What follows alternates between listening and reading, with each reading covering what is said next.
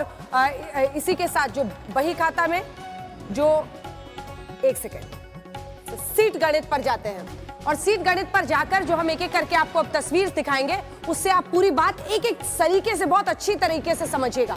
2015 के आंकड़े देखें और 2020 के आंकड़े। लेकिन अभी हम आपको शुरुआत कर रहे हैं किसको कितनी सीट और नफा नुकसान से।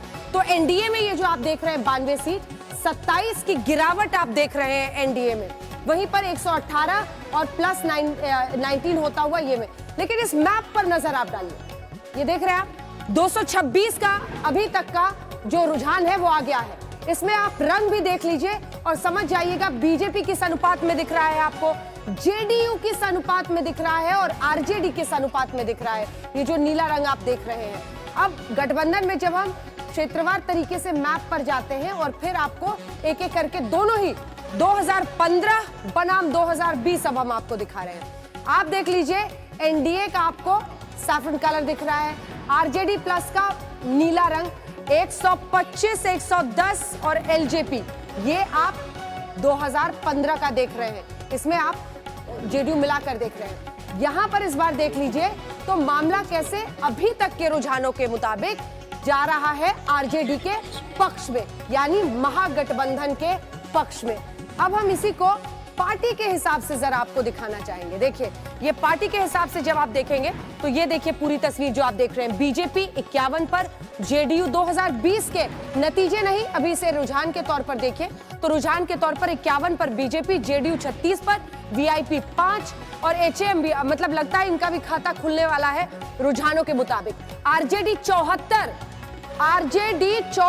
74 फिलहाल रुझानों के मुताबिक बहुत आगे बढ़ती हुई। वहीं आप देखिए कम से कम जेडीयू से अगर आप कंपेयर करें तो लगभग डबल होता हुआ, जेडीयू का डबल होता हुआ आरजेडी एक बहुत बड़ा संकेत है। नीतीश कुमार वर्सेस तेजस्वी, इन आंकड़ों को आपको समझना भी होगा, उसको आपको देखना पड़ेगा पार्टियों के अनुपात में वो कैसे बढ़ रहा है। वहीं जब आप कांग्रेस को देखते हैं तो जेडीयू और कांग्रेस में बहुत फर्क नहीं बचा है, 36 बनाम 33। ये देखिए आप जेडीयू और कांग्रेस का हाल जब आप देख रहे हैं 3 का फासला बचा हुआ है। वहीं आप सीपीआई माले को देखिए तो परफॉर्मेंस अच्छी रह रही है। और इस बार मानिए अगर तेजस्वी यादव की स्ट्रैटेजी में सबसे ज्यादा चर्चा किसी बात की होनी चाहिए तो वो गठबंधन की स्ट्रैटेजी। इस बार उन्होंने सीपीआई माले के साथ हाथ मिलाया, ये एक बड़ी बात मानी जा रही है क्योंकि जिन इलाकों में वर्चस्व है सीपीआई माले का उन्होंने उसको थामा। लोकसभा में नहीं किया था, कन्हैया कुमार खुलकर तेजस्वी के खिलाफ बोल रहे थे कि आपको एक साथ आना था, यानी एंटी एनडीए वोट को बंटने से रोकना एक बहुत बड़ी स्ट्रैटेजी के तौर पर भी काम आती हुई दिखाई दे रही है। ये आप सीपीआई माले के परफॉर्मेंस से देख सकते हैं। आप सीपीएम को देखिए 3 सीटें आ रही हैं, आप सीपीआई को देखिए 1 सीट, एलजेपी वहीं 10 सीटों पर रुझानों के मुताबिक आगे है। यानी क्या अपनी परफॉर्मेंस अच्छी इस बार चिराग पासवान कर पाएंगे, वो हम आपको दिखा रहे हैं। अब एक बार जरा अगर हम लोग सीधा वापस जाएं और आपको दिखाएं कि अभी तक जो ये देखिए, अब हम आपको दिखाएंगे सीधी टक्कर। सीधी टक्कर भी सबसे इंटरेस्टिंग चीज है हमारे इस डेटा इंटेलिजेंस यूनिट में, क्योंकि इस सीधी टक्कर के जरिए आप समझेंगे कि क्या बीजेपी वर्सेस आरजेडी। ये देखिए यही तो असली रेस है जो आपको देखना है। Bharatiya Janata party versus RJD, strike rate किसका अच्छा, 48 बनाम 52। 54 सीटें जो लड़ रहे थे उसमें 26 पर आगे है बीजेपी, स्ट्राइक रेट हुई 48%। इधर जो महागठबंधन आरजेडी है उसका 28। ये हम आपको पार्टी वाइज दिखा रहे हैं, इसका ध्यान रखिएगा। अब हम आपको जरा दिखाते हैं जेडीयू वर्सेस आरजेडी। आपको पता ही होगा पलड़ा कैसे यहाँ पर बिल्कुल पलट जाएगा। नीतीश कुमार वर्सेस तेजस्वी यादव। देखिए ये एक तरफ 30% के स्ट्राइक रेट पर नीतीश कुमार जूझ रहे हैं, 15 साल का अनुभव काम ना आया, गुस्सा उल्टा ले आया। और इधर तेजस्वी यादव को आप देखिए तो उनका जो एक संयम भरा तरीका था जिसमें अग्रेशन भी वो काफी हद तक शामिल कर रहे थे, वो देखिए कैसे काम ला रहा है। यहाँ पर उनकी स्ट्राइक रेट 42% है, यानी लगभग दोगुना तिगुना उनका स्ट्राइक रेट है जितनी सीटें अभी तक अनुमानों के हिसाब से आई हैं। तो ये आपको पूरी तस्वीर साफ हो गई। अब हम बीजेपी वर्सेस कांग्रेस भी करते हैं। हमने आपको कहा था, ये मुझे इस पूरे डेटा इंटेलिजेंस यूनिट का सबसे इंटरेस्टिंग हिस्सा लगता है, क्योंकि इसमें आप पार्टी बनाम पार्टी इनकी परफॉर्मेंस तो जरा आंकी जाए। गठबंधन की आड़ में सब छिप जाते हैं पीछे। यहाँ पे देखिए स्ट्राइक रेट 62% बीजेपी के लिए, 65%।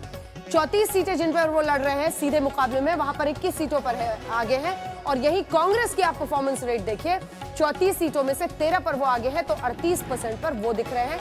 अब एक जल्दी से आपको जेडीयू वर्सेस कांग्रेस भी दिखा देते हैं, ये भी उतना ही इंटरेस्टिंग है, क्योंकि एक तरफ नीतीश कुमार और दूसरी तरफ कोई चेहरा यहाँ पर तो नहीं है, लेकिन राहुल गांधी भी आकर खूब चुनावी प्रचार कर रहे थे। 43% बनाम 57%, ये है उनका चिराग कार्ड पर। अब जरा आते हैं चिराग पासवान, देखिए रामविलास पासवान स्ट्राइक, ये वाला जो स्ट्राइक रेट है वो अब हम आपको दिखाते हैं तमाम पार्टियों का। सबसे पहले हम आपको दिखा रहे हैं अभी तक के नतीजों के मुताबिक जो स्ट्राइक रेट है कितने पर आगे है। एनडीए की है, ये एनडीए का आप समझ गए होंगे कि ये एनडीए का है। 228 में से 98 सीटों पर 43% स्ट्राइक रेट है।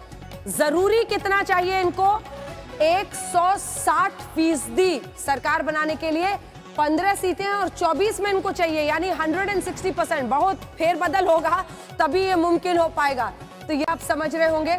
अब हम आपको महागठबंधन के पास लिए चलते हैं। ये देखिए महागठबंधन का क्या हाल है। महागठबंधन के लिए बड़ा ही रियलिस्टिक लग रहा है अभी के मुताबिक, इनको 53% ही चाहिए, जबकि अभी उनकी स्ट्राइक रेट है 50%। लेकिन एनडीए के लिए कितनी मुश्किलें हैं यहाँ पर देखिए। और अब उनको 8 चाहिए 15। आशुतोष जी क्रिकेट के भी बड़े शौकीन है, वो जानते हैं आखिरी ओवर्स में 160% का भी अचीव हो जाता है कई बार हो जाता है। और आशुतोष जी, और वो जो नीचे आंकड़ा है वो दिखाई दे रहा है 99 और आईपीएल में। और आप आशुतोष जी के दिल पर जो इतना भारी पत्थर रख रहे हैं, इसकी अभी कोई जरूरत नहीं है। वो 11 बजे से पहले नहीं टिप्पणी करेंगे। केवल कमेंट्री करने को कह रहा हूं थोड़ा सा। एक चीज अगर अंजना हम देखें, ये देखिए नीचे एनडीए 100 पर आ गया, एनडीए 100 पर, आरजेडी प्लस 113 पर, और अन्य 15 जो हैं, तो देखिए ये अन्य भी कई बार बहुत कमाल कर देते हैं। 228 के रुझानों में एनडीए 100, आरजेडी 113। लेकिन अभी भी कुछ सीटें बाकी है, कुछ महारथियों का जिक्र कर लेते हैं। देखिए अब फासला सिर्फ 13 का बचा है।